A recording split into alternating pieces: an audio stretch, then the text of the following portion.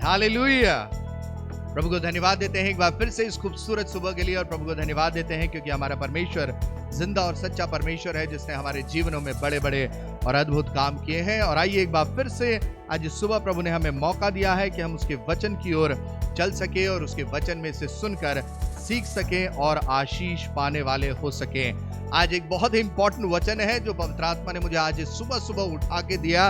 लगभग 4 बजे का समय होगा, बल्कि उसके पहले ही रात से ही प्रभु का आत्मा मुझे इस बात के लिए प्रेरित कर रहा था कि इस वचन को आप सबके साथ न सिर्फ कलीसिया में बांटे, परंतु जब दुनिया भर में YouTube के माध्यम से लोग सुन पाएंगे तो जरूर से आशीष पाने वाले हो सकेंगे। और एक बड़ा ही डिफरेंट सा टाइटल है आज परमेश्वर के वचन का, जिसके द्वारा मैं विश्वास करता हूं आप सबको आशीष मिलेगी, और वो है अपने जीभ को शैतान के हाथों में हथियार होने ना दे।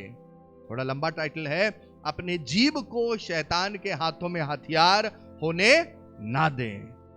Don't make your tongue a weapon in the hands of the devil.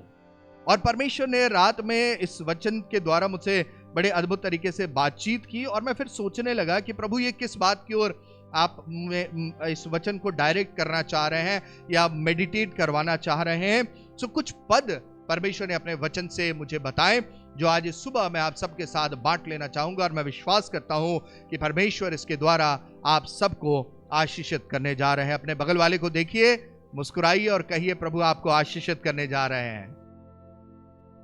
Hallelujah. प्रभु आपको आशीषित करने जा रहे हैं, और इसलिए आज हमें इन अंत के दिनों में बहुत जरूरी है इस बात को समझना, क्योंकि आज सोशल मीडिया के माध्यम से और अलग अलग माध्यमों से शैतान इस्तेमाल कर रहा है किसको? हमारी जीभ को।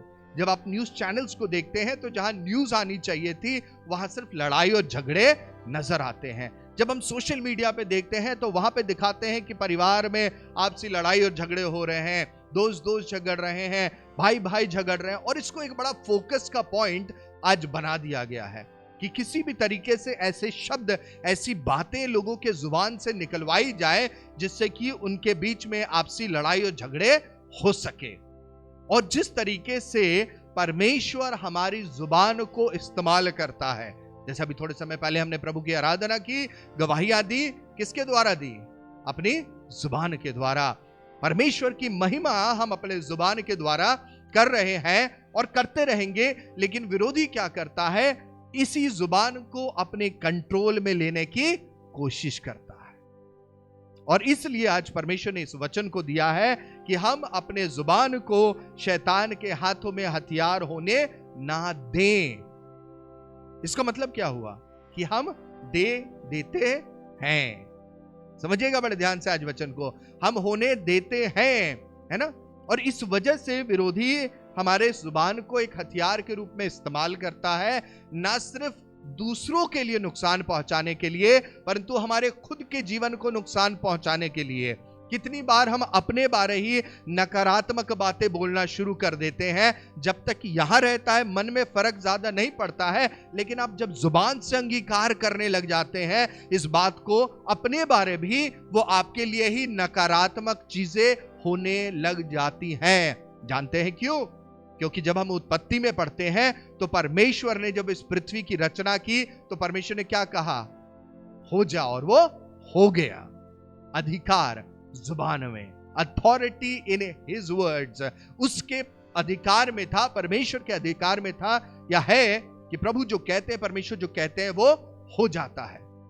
नए नियम में अगर हम देखेंगे, लाजर की कब्र को देखते हैं तो प्रभु यीशु मसीह ने वहां क्या किया था? लाजर की कब्र पे जाके खड़ा हुआ और बड़े शब्द से पुकार के कहा, हे लाजर बाहर निकल आ। और क्या हुआ? वो लाजर बाहर निकल आया। प्रभु ने क्या कुछ स्टिचिंग की? प्रभु ने क्या कोई मेडिकल ट्रीटमेंट दी? कोई CPR दिया? कोई AED लगाया? नहीं। प्रभु ने अपने जुबान से कहा और हो गया। याद कीजिए जब वो तूफान चारों तरफ से उठ रहा था और चेले चिल्लाने लगे, क्या? हे प्रभु हम नाश हुए जाते हैं। हाँ, हे प्रभु हम नाश हुए जाते हैं। क्या चेले पॉजिटिव कन्फेशन कर रहे थे? नहीं, वो खुद ही अंगीकार कर रहे थे कि हम नाश हुए जाते हैं। और आज मेरे और आपके साथ भी यही समस्या है अजीजों, कि हम जब बोलते हैं तो हम अंगीकार ही गलत कर रहे होते हैं। Your negative confessions will get you negative things in your life. आपके नकारात्मक अंगीकार आपके जीवन में नकारात्मक बातें ही लेकर आएंगे, परंतु अगर आप सकारात्मक बोलेंगे आपके जीवन में सकारात्मक बातें होती चली जाएंगी। हालेलुया। अपने बगल वाले से बोलिए सकारात्मक बोलिए। और इसलिए हमें बहुत जरूरी है कि हम सकारात्मक बोलने वाले हों। एक मसीही जीवन एक सकारात्मक जीवन है। जब आप इस क्रूस को पीछे देखते हैं तो आपको क्या दिखती है? सकारात्मकता, पॉजिटिविटी, है ना, सकारात्मकता। शैतान इसी क्रूस को दुनिया के सामने नेगेटिव दिखाने की कोशिश करता है। क्यों? क्योंकि शैतान इसी क्रूस के कारण हार गया है, लेकिन यीशु मसीह हमें इस क्रूस से एक सकारात्मकता दिखाते हैं। हालेलुया। एक ऐसा जीवन जो कि प्रभु के आत्मा से भरा हुआ है, एक ऐसा जीवन जो पवित्र आत्मा के अभिषेक से भरा हुआ है, एक ऐसा जीवन जो लोगों के लिए आशीष का कारण है। और इसलिए आज प्रभु का आत्मा हम सबको इस वचन के द्वारा आशीषित करना चाहते हैं कि हम अपने हाथों से कई बार शैतान को अपने जीव का अधिकार दे देते हैं, क्योंकि हम खुद उस बात को जो शैतान हमारे मन में डालता है वो हम अपने जीव से अंगीकार कर रहे होते हैं। क्या शैतान हमें फोर्स कर सकता है कुछ करने के लिए? नहीं, वो सिर्फ हमारे मन में डालता है, हमारे विचारों में डालता है, परंतु जब हम मुंह से अंगीकार करते हैं तब चीजें बिगड़ने लग जाती हैं। और इसीलिए रोमियो 10:10 में लिखा हुआ है, रोमन्स चैप्टर 10 वर्स 10 निकाल ले, देखिए क्या लिखा हुआ है रोमियो की पुस्तक उसके 10 अध्याय और उसके 10 पद में। क्योंकि धार्मिकता के लिए मन से विश्वास किया जाता है। क्योंकि धार्मिकता के लिए क्या किया जाता है? मन से विश्वास किया जाता है। और उद्धार के लिए मुंह से अंगीकार किया जाता है। और उद्धार के लिए मुंह से अंगीकार किया जाता है। उद्धार पाने के लिए आपको मुंह से कन्फेस करना पड़ता है, आपको अंगीकार करना पड़ता है। और इसीलिए आपका अंगीकार बहुत जरूरी है, आपका अंगीकार बहुत इंपॉर्टेंट है कि आप मुंह से क्या अंगीकार कर रहे हैं एक मसीही के रूप में। और इसीलिए नीति वचन की पुस्तक उसके 18 अध्याय और 21 पद में दुनिया का सबसे बुद्धिमान व्यक्ति, हालेलुया, दुनिया का सबसे बुद्धिमान व्यक्ति सुलेमान एक बात कहता है। नीति वचन उसके 18 अध्याय और 21 पद में देखिए क्या लिखा हुआ है जी। Proverbs chapter 18 verse 21। जीभ के वश में मृत्यु और जीवन दोनों होते हैं। जीभ के वश में मृत्यु और जीवन दोनों होते हैं। और जो उसे काम में लाना जानता है, क्या? जो उसे क्या क्या क्या जो उसे काम में लाना जानता है, काम में लाना जानता है। और इसीलिए वचन का टाइटल ये है कि कहीं आप अपने इस जीभ को काम में लाना तो नहीं भूल गए हैं? क्या हम इस जीभ को किसी और के अधिकार में तो नहीं दे रहे हैं? कहीं इस जीभ को हम उस विरोधी के हाथों में हथियार तो नहीं होने के लिए दे रहे हैं कि वो इस जीभ का इस्तेमाल करे कि परमेश्वर के राज्य को नुकसान पहुंचाए? परंतु इस जीभ को हमें अपने वश में रखने की जरूरत है। We need to give control of our tongue in the hands of the Lord. एक बार फिर से पढ़िएगा, पहले मुझे अंग्रेजी में पढ़ने दीजिए। यहां लिखा हुआ है, death and life are in the power of the tongue. Death and life are in the power of the tongue, and those who love it will eat its fruit. अंग्रेजी में थोड़ा सा डिफरेंट हो जाता है। क्या लिखा हुआ है? Those who love it, यानी जो उससे प्यार करते हैं वो उसका फल भोगने वाले हो सकेंगे। हालेलुया। और इसलिए मुझे और आपको जरूरत है कि आज हम इस बात को समझें कि क्या हम शैतान को अपने जीभ का अधिकार दे रहे हैं या हमारा जीभ का अधिकार प्रभु यीशु मसीह के हाथों में है। The words that we speak, we need to choose those words. जो शब्द हम अपने मुंह से बोलते हैं हमें उसे चुनकर चुनाव करके आगे बोलना है। क्योंकि जब हम वर्ड ऑफ एनकरेजमेंट बोलते हैं, उत्साहवर्धक वचन बोलते हैं, प्यार की बातें बोलते हैं, चंगाई की बातें बोलते हैं, तो वो हमें हर उस हर्ट से जो हमारी चोट हमारे जीवन में पहुंची है, हर उस रिजेक्शन से जो हमें दिया है दुनिया ने, हर उस टूटेपन से परमेश्वर हमें निकाल कर बाहर खड़ा करता है। हालेलुया। और इसलिए मुझे और आपको समझने की जरूरत है कि हमारे जुबान में अधिकार है। आप इस बात को समझें, जब देश के राष्ट्रपति अगर कह दे कि हमें दूसरे देश के ऊपर हमला करना है, तो क्या आर्मी, नेवी और एयरफोर्स के लोगों को यह सोचने की जरूरत पड़ेगी कि हम क्यों करें? They will have to follow the instructions. उन्हें जो राष्ट्रपति ने कह दिया, राष्ट्रपति के मुंह से निकल गया, उन्हें उस बात को पूरा करना पड़ेगा। और आप और मैं कौन है? आप और मैं कौन है? हम राजपथधारी याजकों का समाज है। हालेलुया। हम परमेश्वर का चुना हुआ वंश और उसकी निज प्रजा है। जब हम अपने जुबान से बोल देते हैं, जब हम अपने जुबान से चाहे पॉजिटिव बोले चाहे हम नेगेटिव बोले, स्वर्गदूतों को उस काम को करना पड़ता है। हालेलुया। स्वर्गदूतों को उस काम को करना पड़ता है। They are bound to do what you tell them to do. उन्हें करना पड़ता है क्योंकि परमेश्वर ने वो अधिकार आपके जुबान में दिया है। और इसलिए जब हम नकारात्मक बोलते हैं, मेरी तबीयत खराब होने वाली है, जब हम नकारात्मक बोलते हैं, मैं तो बहुत कमजोर हो गया हूं, जब हम नकारात्मक बोलते हैं, हमारे जीवन में कुछ अच्छा नहीं हो रहा है, जब हम नकारात्मक बोलते हैं कि मेरा भविष्य बिल्कुल उजड़ा पड़ा है, हमारे जीवन में वही चीजें होने लग जाती हैं। और इसलिए मुझे और आपको बहुत समझदार बनना है कि कहीं शैतान हमारी ही जुबान को लेकर हमारे ही खिलाफत में उसे इस्तेमाल तो नहीं कर रहा है। और इसलिए वचन में लिखा हुआ है, जो उसे इस्तेमाल करना जानते हैं। हालेलुया।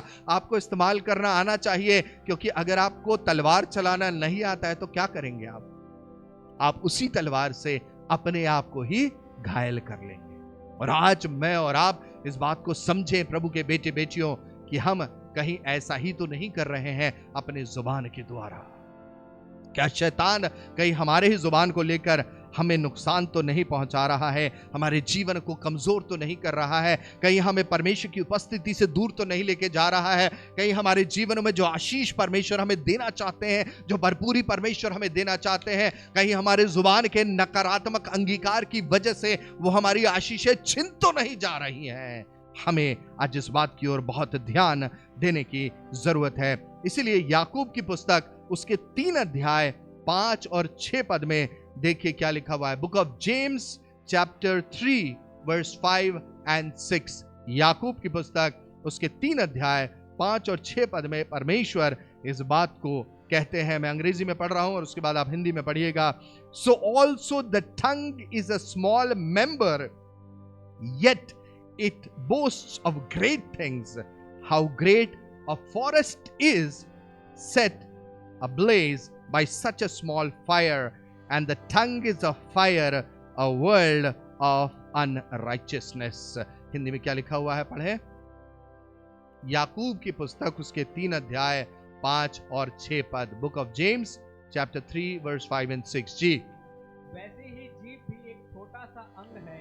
वैसे ही जीभ भी एक छोटा सा अंग है। कैसा है?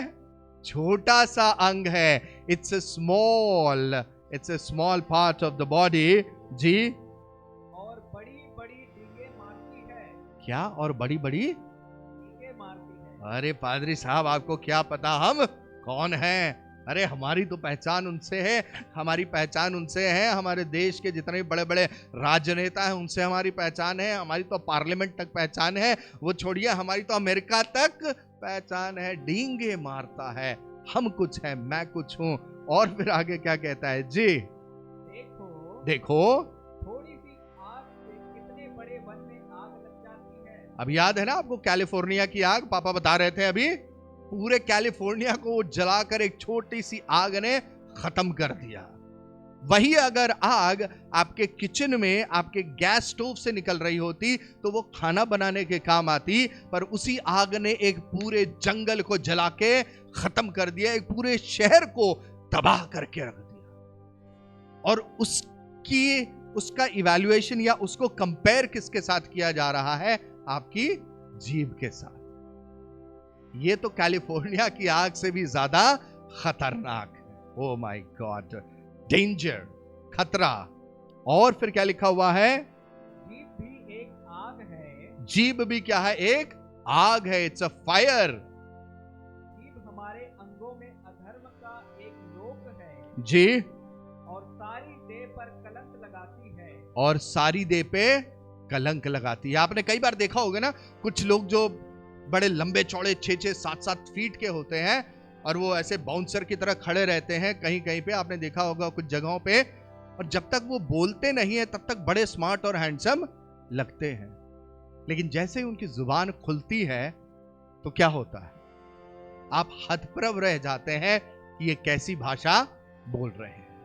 नोटिस किया आपने, कभी देखा होगा, अभी किसी स्थान पे आप गए, किसी मॉल में या किसी पार्टीज में, वहां बड़े बड़े बाउंसर्स आपने देखे होंगे, उनके शब्द बिल्कुल अलग हैं। देखने में तो सब कुछ खूबसूरत और बेहतरीन और मजबूत है, लेकिन जब जुबान खोली तो सब खत्म कर दी। और इसीलिए परमेश्वर का वचन इस बात को कह रहे, फिर से पढ़िएगा इसको, जीभ भी एक आग है। जीभ भी एक आग है, इट्स लाइक अ फायर। जीभ हमारे अंगों में अधर्म का एक लोक है। अधर्म का एक लोक है। हमें उसको धर्म का लोक बनाने की जरूरत है। कैसे बनाएंगे? जब हम अपनी जीभ को प्रभु यीशु मसीह के अधिकार में दे देंगे। हालेलुया। और फिर क्या होता है जी? और सारी देह पर कलंक लगाती है। सारी देह पर कलंक लगाती है। अजीजों, आप अच्छे से अच्छे इंसान क्यों ना हो, आप कितनी भी चैरिटी क्यों ना करते हो, आप कितने भी धर्म कर्म के काम क्यों ना करते हो, परंतु अगर आपकी जुबान से वो बातें निकल रही हैं जो वचन के अनुसार सही नहीं है, आपके वो सारे कर्म कांड खत्म हो जाते हैं, सिर्फ एक जुबान का सही इस्तेमाल ना करने के कारण। इसीलिए फिर हम वापस चलते हैं सुलेमान के पास। नीति वचन उसके 12 अध्याय और 18 पद में परमेश्वर का दास सुलेमान क्या कहता है जी? नीति वचन उसके 12 अध्याय और उसके 18 पद में, मैं पहले अंग्रेजी में पढ़ रहा हूं, फिर हिंदी में आप पढ़ दीजिएगा। यहां लिखा हुआ है, there is one whose rash words are like sword thrusts, but the tongue of the wise brings healing. Hallelujah. यहां कुछ ऐसा लिखा हुआ है हिंदी में जी, ऐसे लोग जिनका बिना सोच विचार का बोलना। किसका? जिनका बिना सोच विचार का बोलना।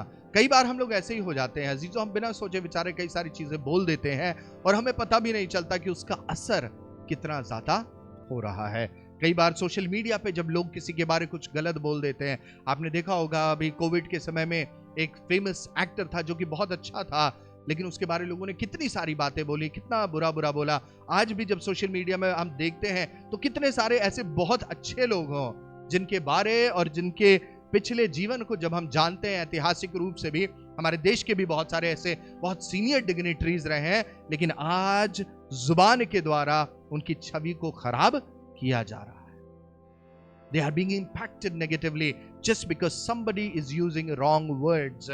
गलत शब्दों का इस्तेमाल उनके लिए किया जा रहा है और उसके कारण उनकी छवि खराब होती है। क्या लिखा हुआ हिंदी में? फिर से पढ़िएगा।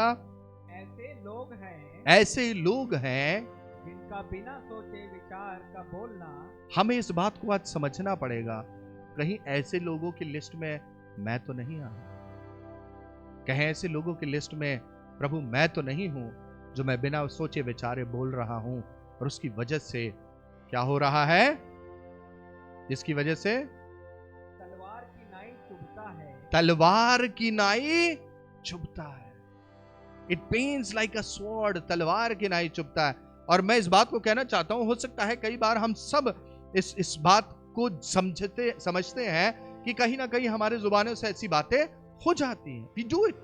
हो सकता है मैं कई बार, अगर मैं याद करूं तो कई ऐसे शब्द मैंने बोल दिए होंगे जो कि जाने या अनजाने में किसी को चुभ गए, किसी को दुख पहुंचा, किसी को चोट पहुंची, और फिर मैं वापस प्रभु के पास गया और मैंने प्रभु को सॉरी बोला और उस शख्स को भी माफी मांगी कि मेरे से एक जुबान से कोई ऐसी बात निकल गई जो आपको चुभ गई। और मुझे इस बात को, हमें इस बात को समझना अजीजों बहुत जरूरी है, क्योंकि वो एक तलवार की नाई चुभ जाती है, परंतु बुद्धिमान के बोलने से लोग चंगे होते हैं। हालेलुया। परंतु बुद्धिमान के बोलने से लोग चंगे होते हैं। क्या हम बुद्धिमान हैं? अगर हैं तो हम बुद्धिमानी से बोलेंगे। हम उन शब्दों को बोलेंगे जो परमेश्वर की महिमा के लिए है। हम उन बातों को बोलेंगे जो परमेश्वर के राज्य की बढ़ोतरी के लिए है। हम उन बातों को आगे रखेंगे लोगों के आगे, जिसके द्वारा प्रभु के बेटे बेटियां आशीष पाए, चंगाई पाए, छुटकारा पाए, क्योंकि प्रभु की इच्छा यही है कि हम शैतान को हथियार होने के लिए अपने जुबान को ना सौंपे।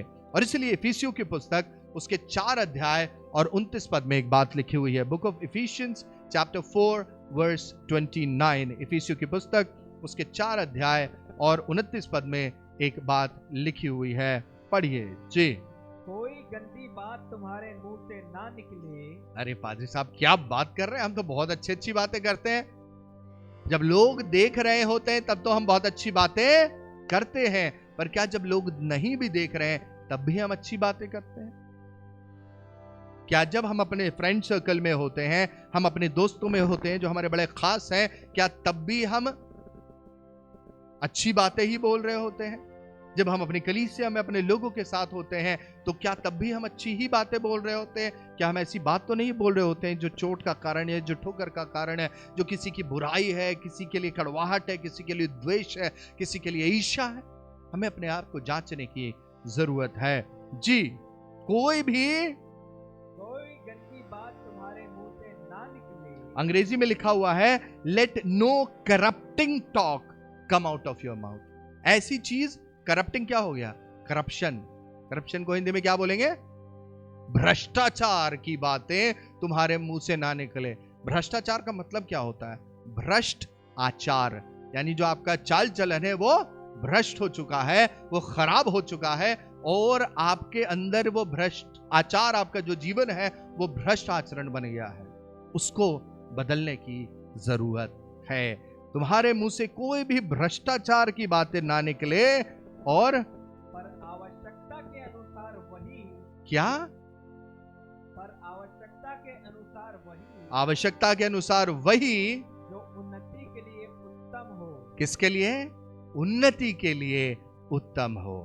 बहुत जरूरी है वही बातें जो कलीसिया की उन्नति के लिए हो, वही बातें जो मेरी जीवन के लिए अच्छी हैं, वही बातें जो मेरे भाई के लिए अच्छी हैं, वही बातें जो मेरी बहन के लिए अच्छी है, वही बातें जो मेरे देश, मेरे समाज के लिए अच्छी हैं, वही मेरी जुबान से निकलने वाली हो सके। अजीजों, कई बार जब हम जाते हैं, बाहर देखते हैं लोगों के बीच में, तो क्या बातें चल रही हैं?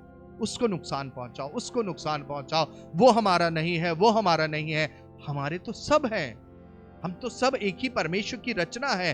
प्रभु ने हमें बनाया है, प्रभु का डीएनए, ब्लड हमारे अंदर है, हम कोई अलग थोड़ी हैं। और अगर हम किसी और के लिए गलत और खराब बातें बोल रहे हैं तो इस बात को समझिएगा बड़े ध्यान से, आप परमेश्वर की सबसे खूबसूरत सृष्टि के खिलाफत में बोल रहे हैं। और इसलिए नीति वचन की पुस्तक उसके 15 अध्याय और 4 पद में देखिए परमेश्वर का दास सुलेमान क्या कहता है।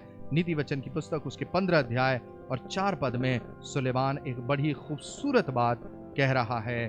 देखिए क्या लिखा है। जी, शांति देने वाली बात। शांति देने वाली बात जीवन वृक्ष है। क्या है? जीवन वृक्ष है। कौन सी वाली बात? शांति देने वाली बात। आज जब हम लोगों से बातें करते हैं ना, तो कई बार हम शांति देने वाली बातें नहीं करते हैं। मैंने कई बार लोगों से सुना है, वो अपने बच्चों को बोलते हैं, बेटा कभी तो शांति देने वाली बातें बोला करो, कभी तो ऐसी बातें बोला करो जो हमारे दिल को शांत करे, जो हमारे दिल को अच्छा करे। क्या हम शांति देने वाली बातें बोल रहे हैं? शांति देने वाली बातें क्या है? जीवन वृक्ष है। जीवन का वृक्ष है। और प्रभु यीशु मसीह ने जीवन के वृक्ष के बारे प्रकाशित वाक्य में क्या लिखा हुआ है?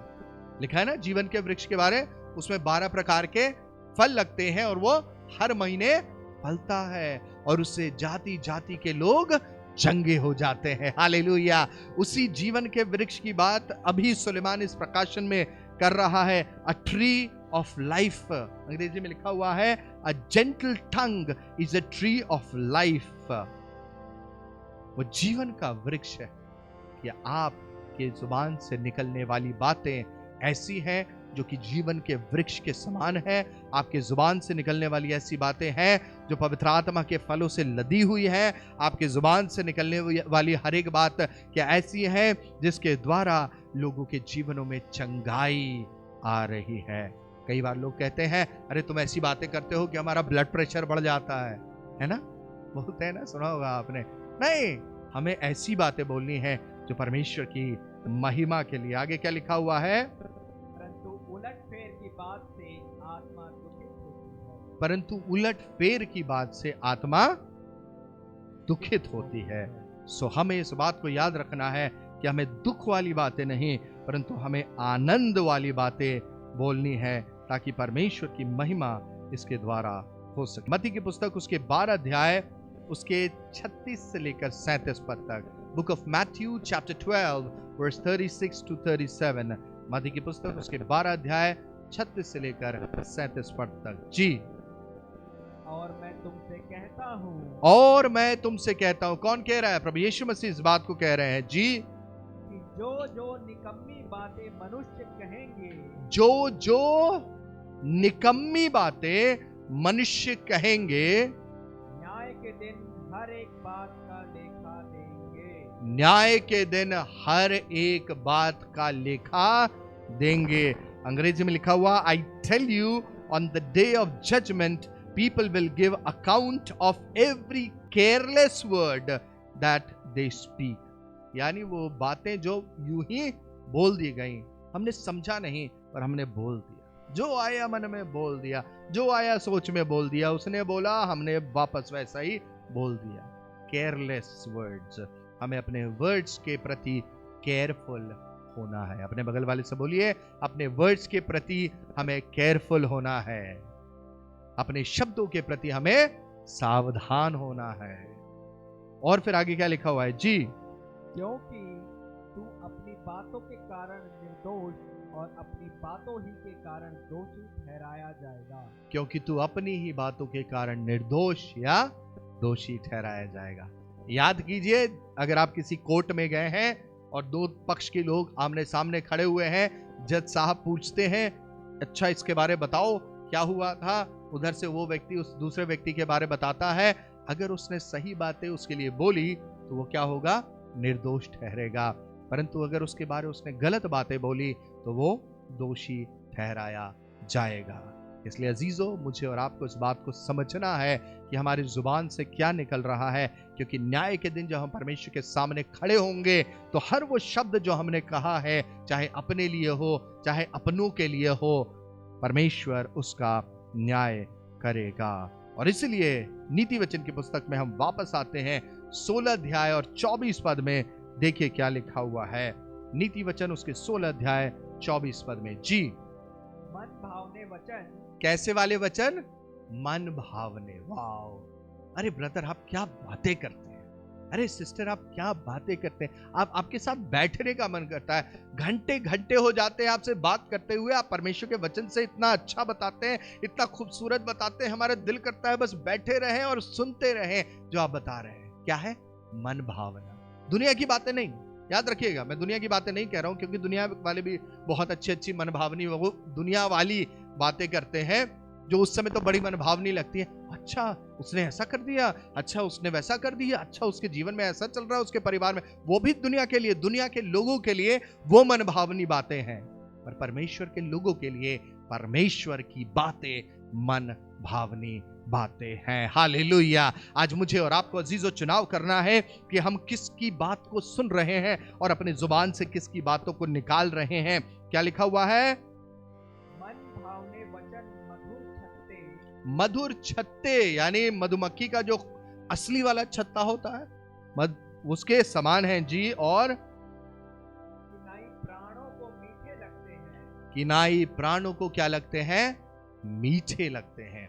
आज हम क्या करना चाहते हैं अपने जुबान के द्वारा, ये मुझे और आपको आज समझने की जरूरत है। हर शब्द जो हमारे जुबान से निकले वो परमेश्वर के वचन वाले हों। हर शब्द जो हमारे जुबान से निकले वो लोगों को उत्साहित करने वाले हों। हर शब्द जो हमारे जुबान से निकले वो लोगों को प्रभु के प्रेम के पास लेकर आने वाले हों, प्रभु के निकटता में लेकर आने वाले हों, प्रभु की हुजूरी में लेकर आने वाले हों। और याद कीजिए, प्रभु यीशु मसीह ने एक बात कही थी, और वो ये कि जो मुझसे प्यार करता है वो मेरी आज्ञाओं को मानेगा। और आज प्रभु मुझसे और आपसे भी इसी बात को कहना चाहते हैं कि मेरे प्रेम को समझो, मेरी आज्ञा को मानो। और मेरी आज्ञा क्या है? कि आपस में एक दूसरे से प्रेम रखो। 1 कुरिन्थियों 13:4 में लिखा हुआ है, प्रेम सब बातें सह लेता है, सब बातों की प्रतीति करता है, सब बातों में आशा रखता है, सब बातों में धीरज धरता है। आज इस दिन में परमेश्वर का पवित्र आत्मा किसी से बात कर रहे हैं। परमेश्वर का पवित्र आत्मा मुझे और आपको उत्साहित कर रहे हैं कि हम अपने जीभ को शैतान के हाथों में हथियार होने ना दें, लेकिन हम अपने जीभ को प्रभु के हाथों में दे दे, पवित्र आत्मा के नियंत्रण में सौंप दे, ताकि परमेश्वर का पवित्र आत्मा हमारे जीभ को ले और इससे लोगों के लिए आशीष का कारण ठहराए, इसे रिश्तों को जोड़ने के लिए ठहराए, इसे परिवारों को जोड़ने के लिए ठहराए, इसे कलीसिया की उन्नति के लिए ठहराए, इसे देश को आगे लेके जाने के लिए ठहराए, ताकि प्रभु की महिमा इस जीव के द्वारा होती चली जाए। आइए हम प्रार्थना करें, अपने आप को इस समय प्रभु के हाथों में सौंपे, पवित्र आत्मा के नियंत्रण में सौंपे और हम प्रार्थना करें इस समय। Thank you, Holy Spirit. Montadara kalabasi krementi aria. Resoro shukru mahanti aria rabasande rele rebe shendere. पवित्र आत्मा, हम आपका स्वागत करते हैं और इस समय अपने जीवनों का अधिकार, अपने जुबान का अधिकार पूरी तौर से आपके हाथों में सौंप देते हैं।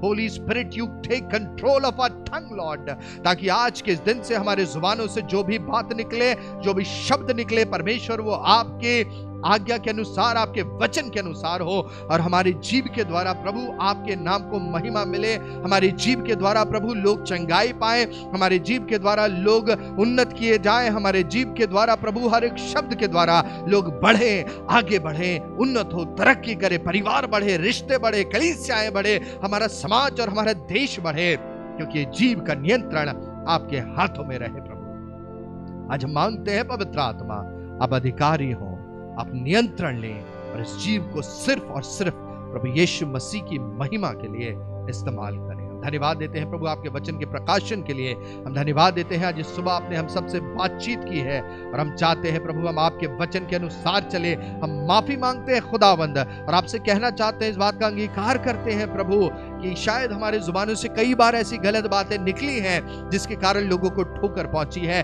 जिसके कारण लोगों को चोट पहुंची है। आज प्रभु हम में से हर एक को माफ करें, मुझे माफ करें प्रभु, और अपनी महिमा के लिए और ज्यादा हमें इस्तेमाल करें। और प्रभु हम फिर से आपसे कहना चाहते हैं, आज के इस दिन से प्रभु सिर्फ और सिर्फ आपकी महिमा के लिए हमारी जुबान इस्तेमाल होगी। आज के इस दिन से सिर्फ आपके राज्य के विस्तार के लिए ये जुबान इस्तेमाल होगी, ताकि हमारे जीवन से सारा आदर और सारा महिमा सिर्फ और सिर्फ आपको मिले। धन्यवाद देते हैं आपकी उपस्थिति के लिए। हर एक जन पे आपकी आशीष चाहते हैं। इस कलीसिया को और आप बढ़ाने जा रहे हैं, उन्नत करने जा रहे हैं और अपने राज्य के लिए और इस्तेमाल करने जा रहे हैं। प्रभु हम ऐसा विश्वास करते हैं और ऐसा प्रभु हम प्रोफेटिकली डिक्लेयर करते हैं, क्योंकि आपने कहा है कि जो तुम इस पृथ्वी पे दो मिलकर बांधोगे तो स्वर्ग में बांधा जाएगा। उन आशीषों को आपके बच्चों के लिए बांध देते और डिक्लेयर करते और रिसीव करते हैं कि हमने पा लिया है।